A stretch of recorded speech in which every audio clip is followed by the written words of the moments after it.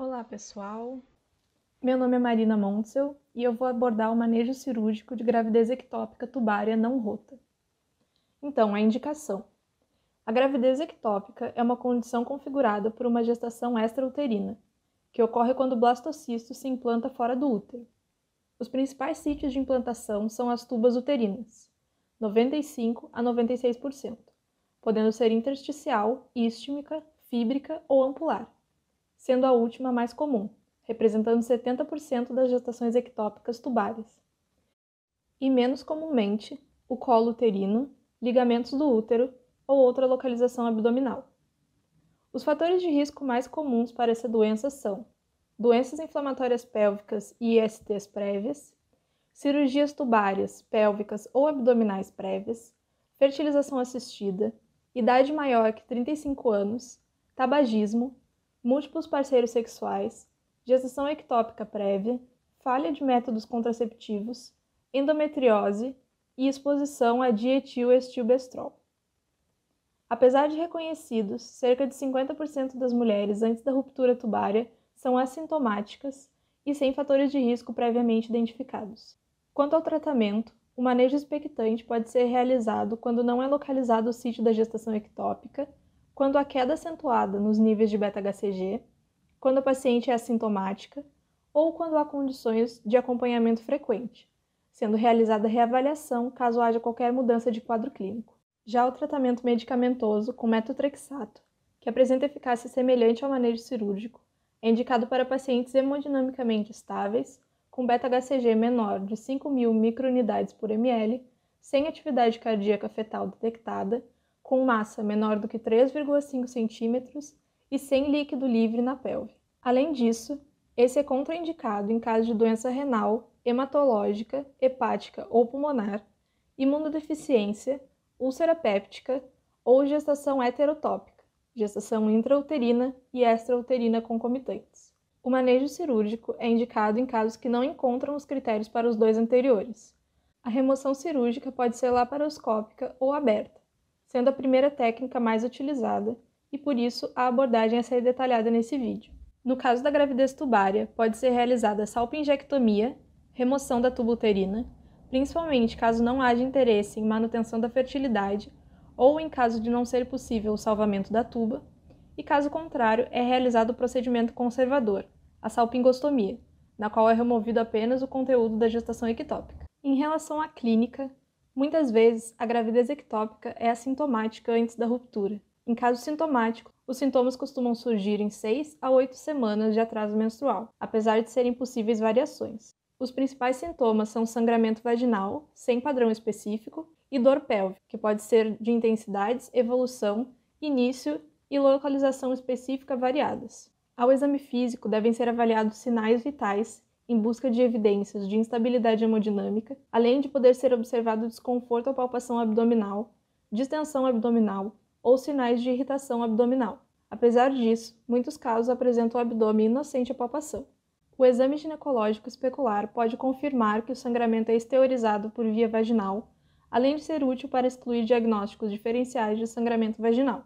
Além disso, o toque bimanual pode apresentar achados sugestivos de gestação, dor uterina ou anexial, ou presença de massa anexial. Nos exames de imagem, o exame mais adequado para definir a localização da gestação é a ultrassonografia transvaginal, que deve ser utilizada na avaliação inicial e, em muitos casos, repetida no acompanhamento. Uma grande vantagem desse exame é a identificação, além da gestação ectópica, de líquido livre intraabdominal e de massas anexiais. O diagnóstico de gestação ectópica por ultrassonografia transvaginal é feito por visualização de saco gestacional em outro sítio que não seja a cavidade uterina, e a sua exclusão é determinada quando há identificação de gestação intrauterina. Gestação gemelar, erro laboratorial na dosagem de beta-HCG, má qualidade do aparelho ou técnica inadequada são fatores que podem dificultar o diagnóstico ultrassonográfico de gestação ectópica. Quanto aos exames laboratoriais, a dosagem de beta-HCG é o exame inicial na suspeita de qualquer forma de gestação. A concentração sérica de beta-HCG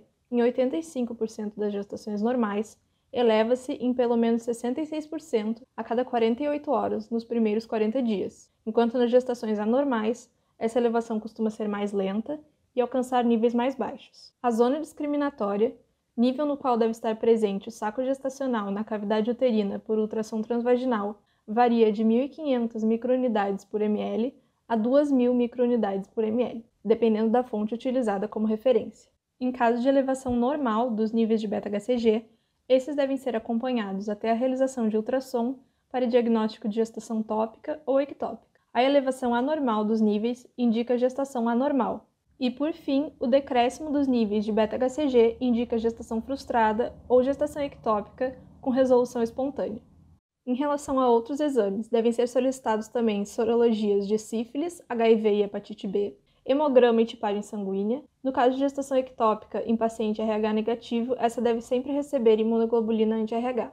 Além disso, devem ser solicitados hematócrito e, no caso de mulheres acima de 50 anos, eletrocardiograma. Por fim, outros exames pré-operatórios devem ser solicitados conforme comorbidades e classificação de risco, respeitando situações associadas a complicações cardíacas ou pulmonares no pós-operatório e a escala de condição física da Sociedade Americana de Anestesiologia.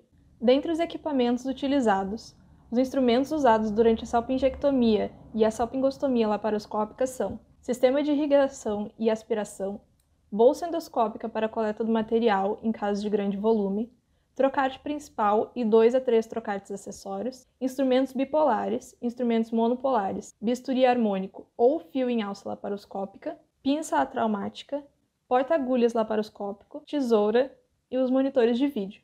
Os fios cirúrgicos utilizados são fios absorvíveis, de diâmetro 2,0 a 3,0, de preferência de absorção lenta. Alguns exemplos de fios utilizados são Vicryl e Monocril.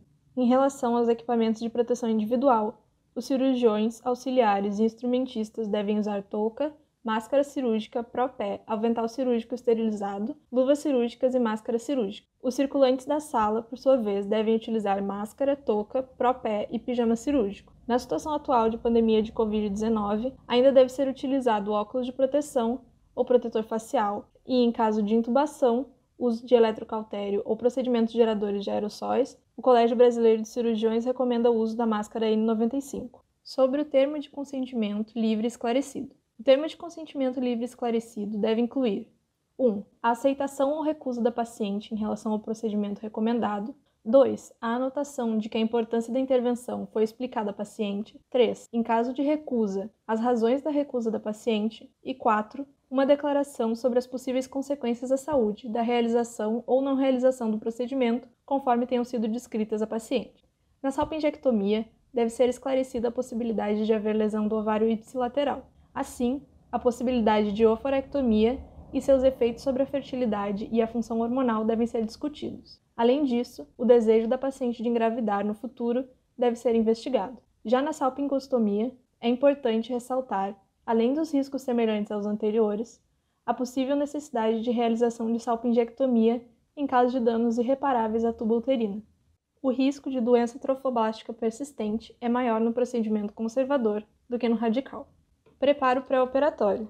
O preparo gastrointestinal, de acordo com a Sociedade Europeia de Anestesiologia, os pacientes devem permanecer sem alimentação sólida pelas 6 horas que precedem o procedimento e ingerir apenas líquidos claros nas 2 horas anteriores à cirurgia.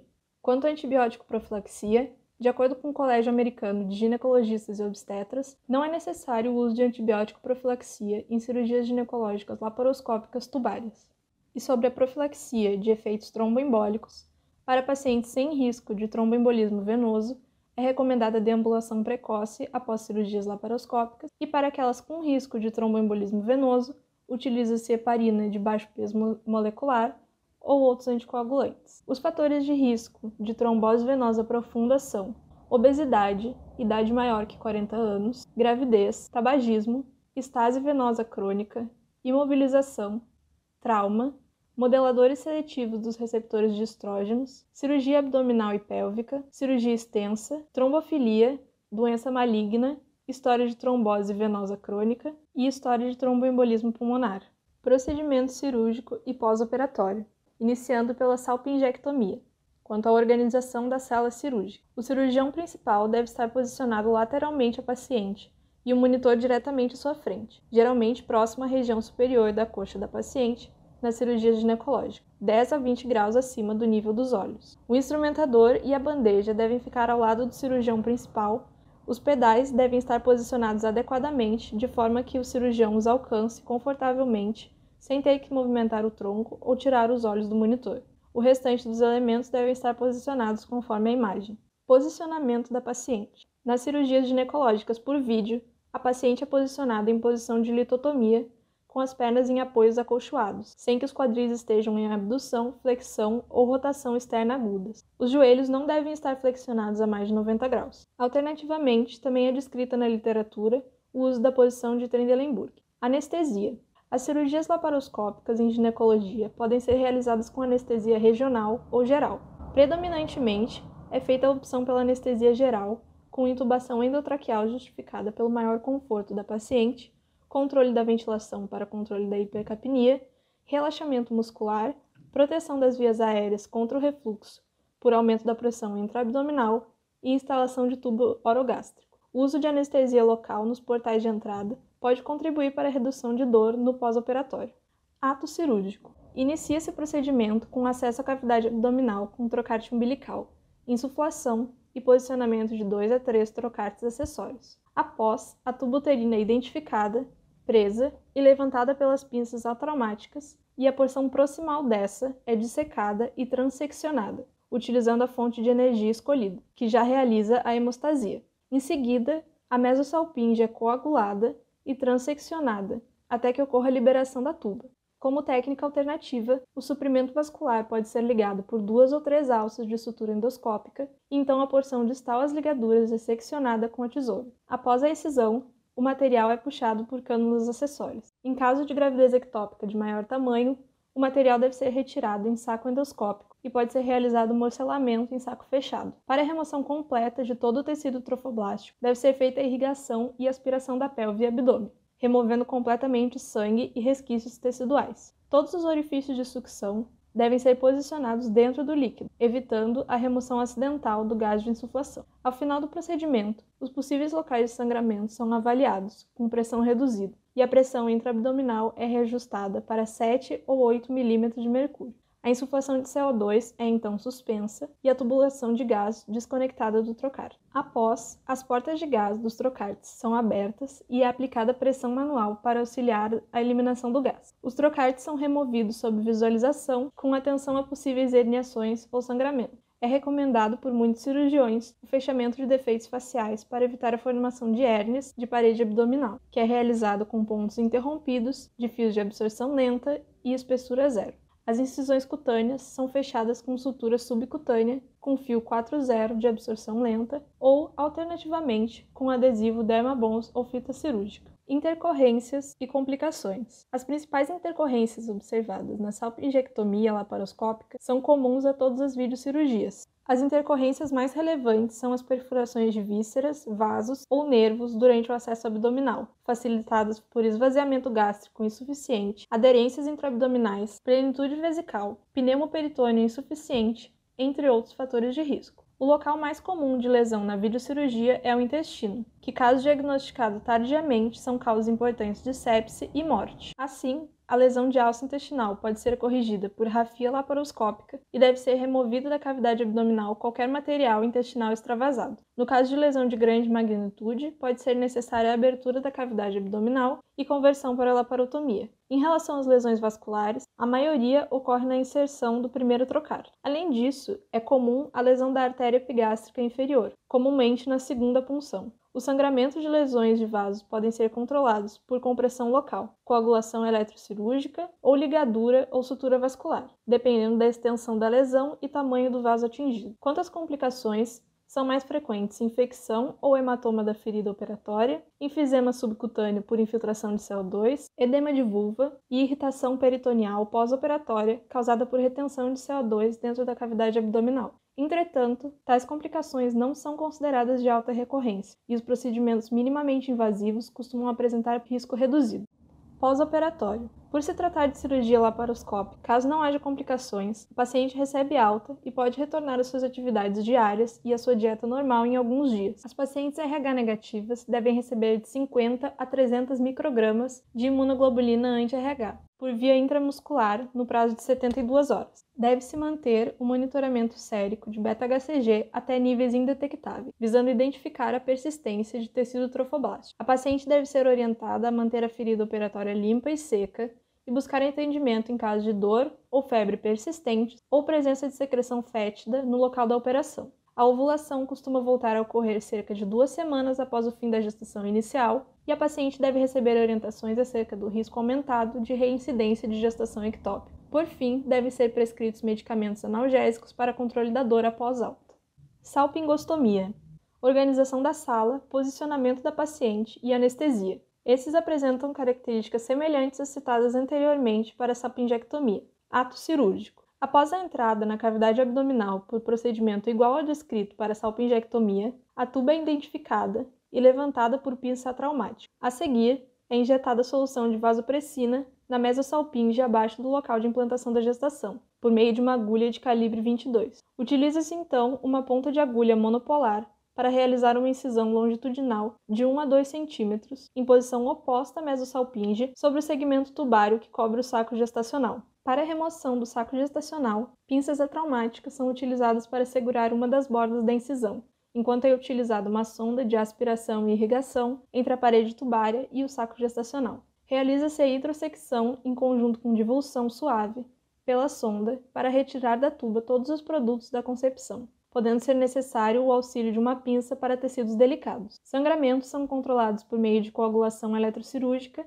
e a incisão na tuba é deixada aberta para que cicatrizem por segunda intenção. O saco gestacional pode ser removido das mesmas formas que foram descritas para a salpingectomia. A seguir, abdômen e pelve são irrigados e aspirados para a prevenção de persistência de tecido trofoblástico. Por fim, após a desinsuflação e remoção dos instrumentos da cavidade abdominal, as suturas são realizadas da mesma forma que citado anteriormente na cirurgia radical. Intercorrências, complicações e manejo pós-operatório. Por se tratarem de cirurgias em mesmo órgão e serem ambas na modalidade laparoscópica, a salpingostomia e a salpingectomia apresentam, de modo geral, as mesmas intercorrências e complicações mais prevalentes. Além dessas, na salpingostomia há o risco de lesão irreversível da tuba uterina, sendo necessária a conversão para procedimento de salpingectomia, e o maior risco de persistência de tecido trofoblástico. Por fim, o manejo pós-operatório se assemelha ao aplicado na cirurgia radical. Essas são as referências utilizadas, e muito obrigada!